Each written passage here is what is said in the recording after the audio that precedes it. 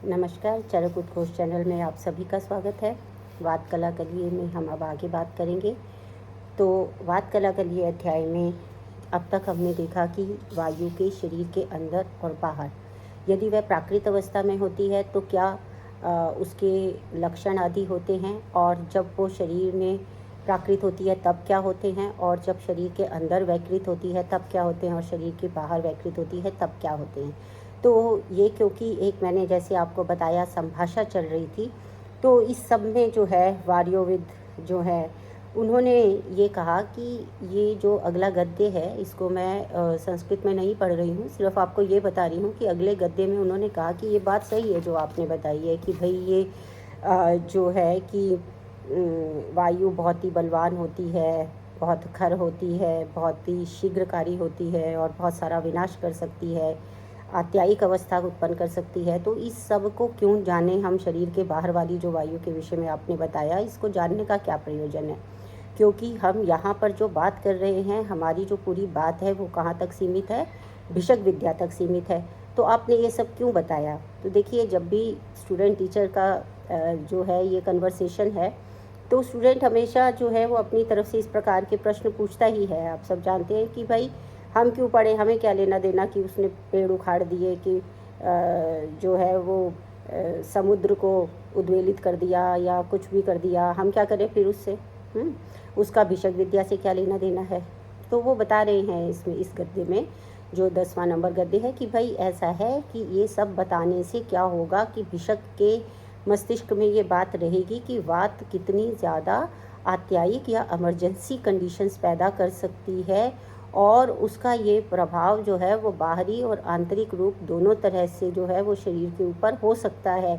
आप देखेंगे कि यदि बाहर बहुत तेज़ हवाएं चल रही हो, आंधी चल रही हो, बारिश हो रही हो, पेड़ उखड़ के गिर रहे हों, तो क्या मानसिक रूप से कोई भी व्यक्ति जो है वो स्वस्थ रह पाता है? नहीं रह पाता है। उसके अंदर भी वही उद्विग्नता होती है, क्योंकि मैंने आपको बताया कि हम चरक संहिता में ये विशेष प्रकार से पढ़ेंगे कि लोक पुरुष साम्य जो लोक में होता है उसका निश्चित रूप से हमारे शरीर के अंदर प्रभाव आता है। और जिस तरह से हमने अभी बहुत सारे केसेस देखे कि जिसमें पॉल्यूशन के कारण जो लंग्स हैं वो ख़राब हो रहे हैं, खासकर दिल्ली वालों के, तो सभी दिल्ली वालों के जो लंग्स हैं अगर खोल खोल के देखे जाएं तो ऐसा लगेगा कि जो स्मोकर नहीं है उसके भी लंग स्थिति में मिलते हैं कि उसने कम से कम वो 20 से 30 सिगरेट रोज़ पीता है। तो ये उनका हाल है जो बिल्कुल भी स्मोक नहीं करते, उनके भी लंग्स ऐसे हो गए। क्यों हो गए? क्योंकि जो बाहरी हवा है, जो वायु है, वो प्रदूषित है और उसके प्रदूषण के स्तर अत्यधिक बढ़े हुए हैं। तो क्या वो बाहरी प्रदूषण जो है वो हमारे शरीर के अंदर जो है रोग उत्पन्न नहीं कर रहा है? कर रहा है।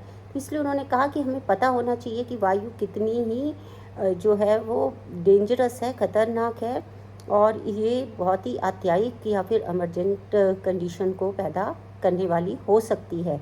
इसीलिए हमको वायु के विषय में जानना बहुत ज़रूरी है। तो इसलिए उन्होंने कहा कि जब ऐसा वो भिषक जानता है कि वो हमारे उपचय के लिए, वृद्धि के लिए, ज्ञान की उपपत्ति के लिए किस तरह से जो है वो परम आयु की वृद्धि के लिए होती है, इसलिए इस प्रसंग को यहाँ पर कहा गया है। तो ये ऐसे करके उन्होंने अपने स्टूडेंट्स की जो जिज्ञासा थी उसको शांत किया है। फिर नेक्स्ट में क्या करते हैं, मरीचि उवाच।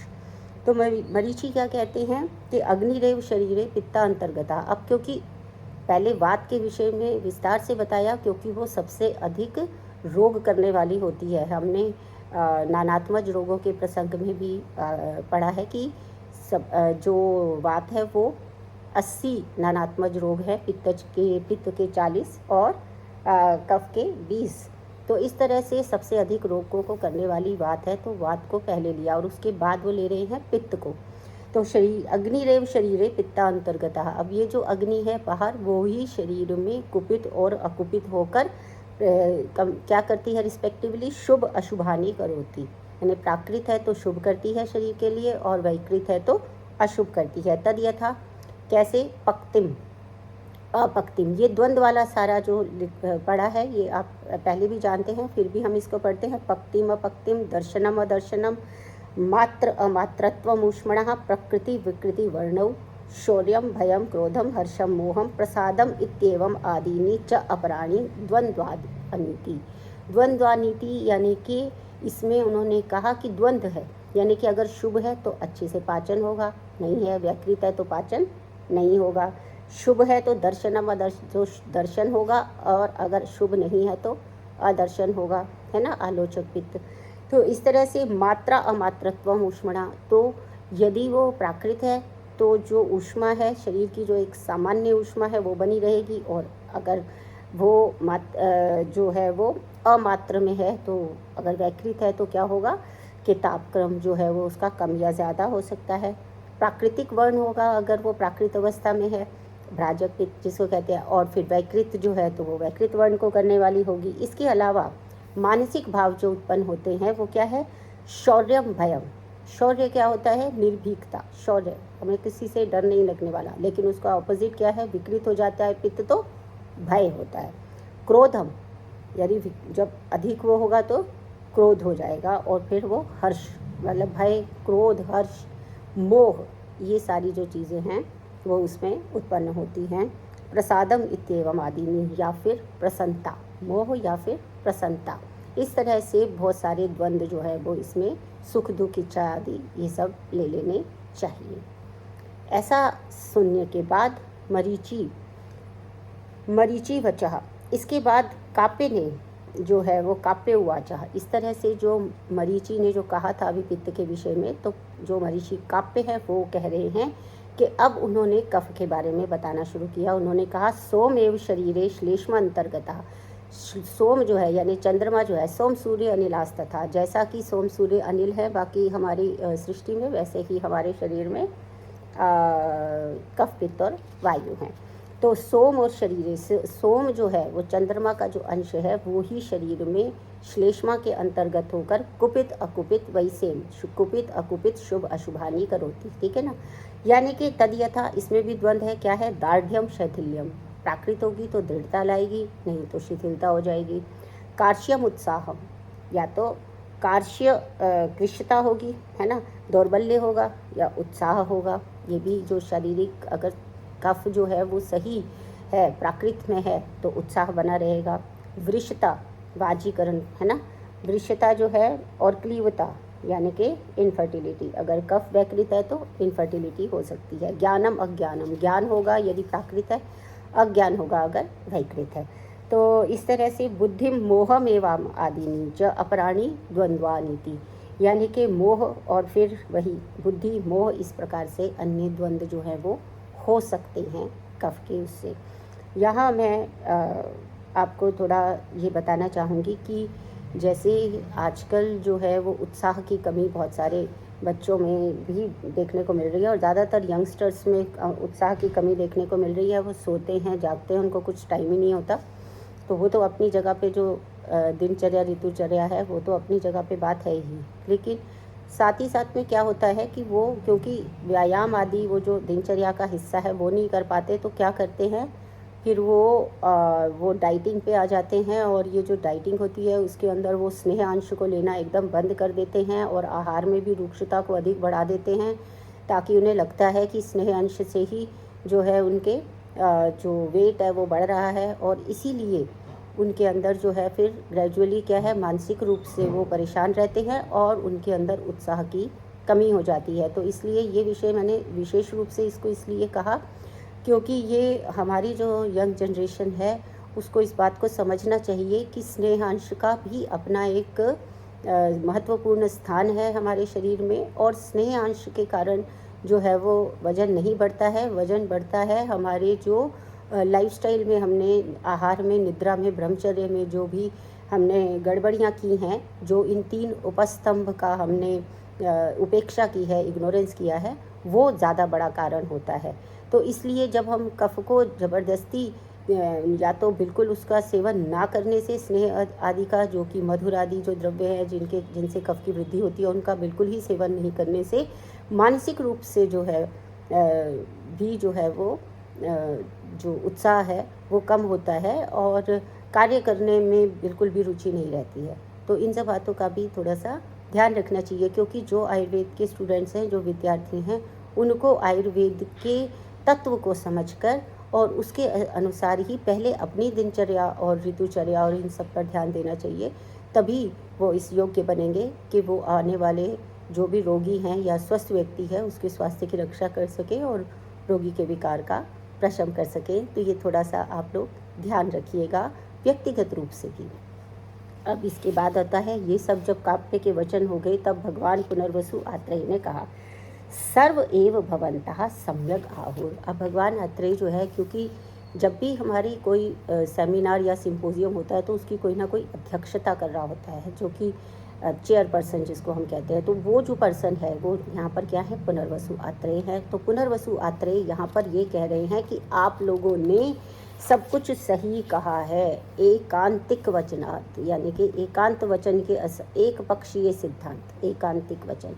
उन्होंने कहा कि आपने क्योंकि एकांतिक मत को जो है वो आयुर्वेद ने नहीं माना है, यानी कि आयुर्वेद ये मानता है कि हर जगह जो है वो रिलेटिवली सापेक्षता पूर्वक कोई भी चीज़ हितकर या अहितकर होती है। एकांतिक आप किसी भी चीज़ के रोग के कारण अथवा स्वस्थ होने का कोई एक कारण नहीं होता है। लेकिन हाँ, जब हम कोई पक्ष रख रहे होते हैं, जिसमें कि मैंने जब हम सिद्धांतों के विषय में बात कर रहे थे और आपको बताया था कि 4 प्रकार के सिद्धांत होते हैं, जिसमें अभ्युपगम सिद्धांत एक होता है।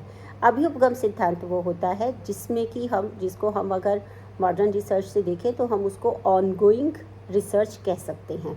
ऑनगोइंग रिसर्च में हम जो होता रहता है उसको भी साथ में लेते रहते हैं।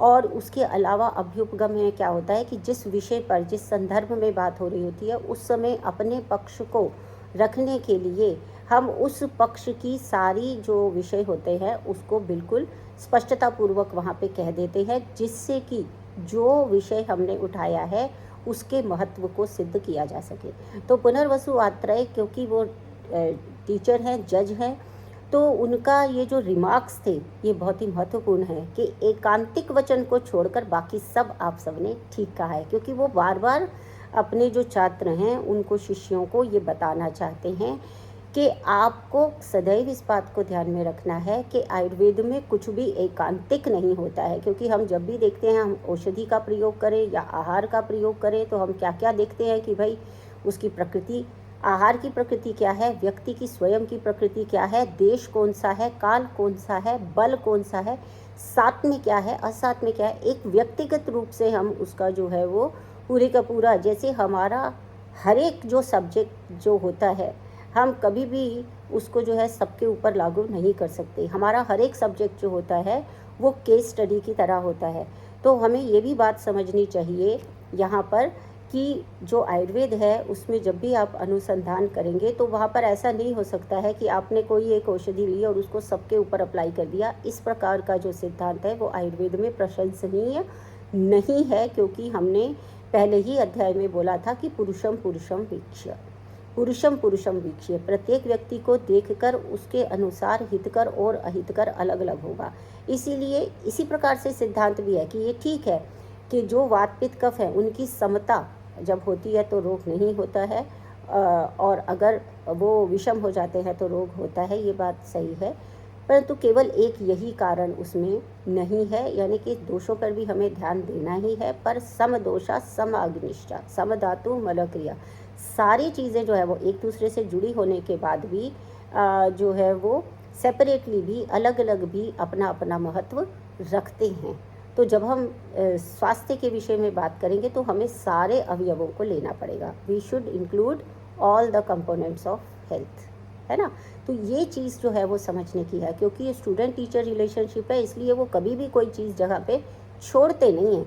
कि वहाँ पर भी उन्होंने इस बात को पॉइंट आउट कर दिया कि आप सब कुछ सही कह रहे हैं, आपने वात पित्त कफ के विषय में जो कुछ भी कहा वो बहुत ही बढ़िया था, सब अच्छा था, लेकिन ये ध्यान में रखना है कि एकांतिक वचन नहीं होना चाहिए। हमें ये पता होना चाहिए कि और भी बहुत सारे फैक्टर्स इसमें आ सकते हैं। तो यही बात मैं आपको यहाँ पर क्लियर कर देना चाहती हूँ। तो सर्वेव खलु वात पित्त श्लेष्माणा प्रकृति भूता पुरुषम अव्यापन्न इंद्रियम बल वर्ण सुख उपपन्नम आयुषा महतो उपपादयन्ति सम्यगेव आचरिता धर्मार्थ कामा इव निःश्रेयस न महता पुरुषम इह चा अमुष्मिश्च लोके, चा अमुष्मिश्च लोके।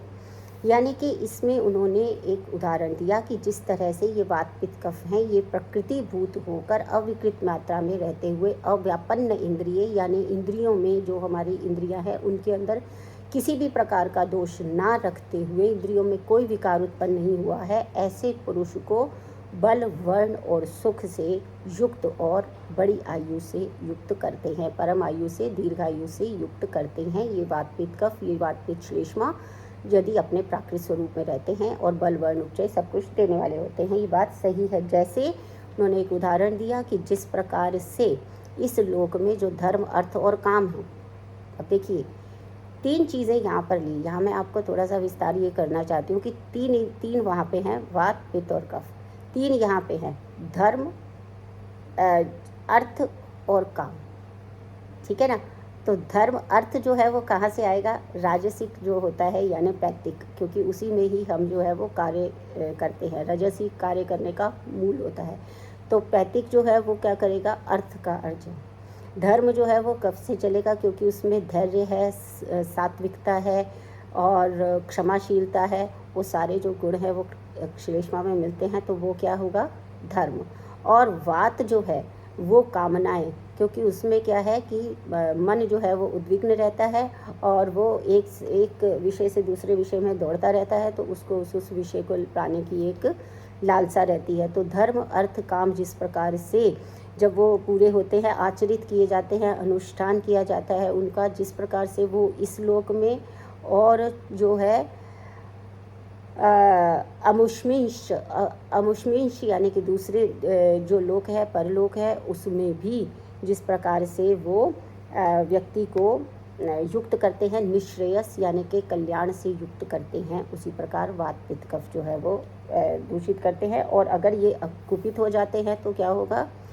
और विकृतास्तु एनम महता विपर्येण उपपादयन्ति, ऋतवस्त्रय इव विकृतम आपन्ना लोकम अशुभेन उपघात काल इति, यानी विकृति को जब उपघात काल प्रलय में विकृति को प्राप्त हुई, ये तीनों शीत, वर्षा और ग्रीष्म ऋतुएं लोक को अशुभ से युक्त कर देती हैं, अर्थात विनष्ट कर देती हैं। तो सभी को जोड़ लिया, धर्म, अर्थ, काम को भी जोड़ लिया, 3 ऋतुओं को भी जोड़ लिया। इन सब को करने से यदि सामान्य रहते हैं, क्योंकि उन्होंने एक कॉम्प्रिहेंसिव व्यू उसके बाद देना था, जैसे सार उपसंहार करना था कि आपने एकांत पक्ष लिया है वात, पित्त, कफ, लेकिन उसी को उन्होंने धर्म, अर्थ, काम से भी जोड़ा कि ये भी दीर्घायु के लिए आवश्यक हैं और साथ ही तीनों ऋतुओं का भी समहोर अनिवार्य है। तो तीनों सब चीज़ों को जोड़ के यहाँ पर उन्होंने कहा, तद ऋषिया सर्वम एव अनुमेनि रहे, सारे ऋषि जो थे उस पर उन्होंने सहमति बताई और जो अपने गुरु हैं उनका अभिनंदन किया। तदात्रय वचा श्रुत्वा सर्वम एव अनुमेनिरे ऋषियों अभिनंदश्च यथेंद्र वचनम सुरा। तो उन्होंने, सब लोगों ने इसको सुनकर अनुमोदन और अभिनंदन अपने गुरु का किया है। तो इस प्रकार से जो 12वां अध्याय है वात कला कली अध्याय, वो आज यहाँ समाप्त हो रहा है और अगले लेक्चर में हम स्नेहाध्याय से प्रारंभ करेंगे। तब तक आप पढ़ते रहिए और मेरा आपसे एक विशेष अनुरोध ये है कि आप चरक को एक कॉम्प्रिहेंसिव एप्टीट्यूड से पढ़ने का प्रयास करें, क्योंकि वो बहुत सारे विषयों से जुड़ा हुआ है। आपका बहुत बहुत धन्यवाद।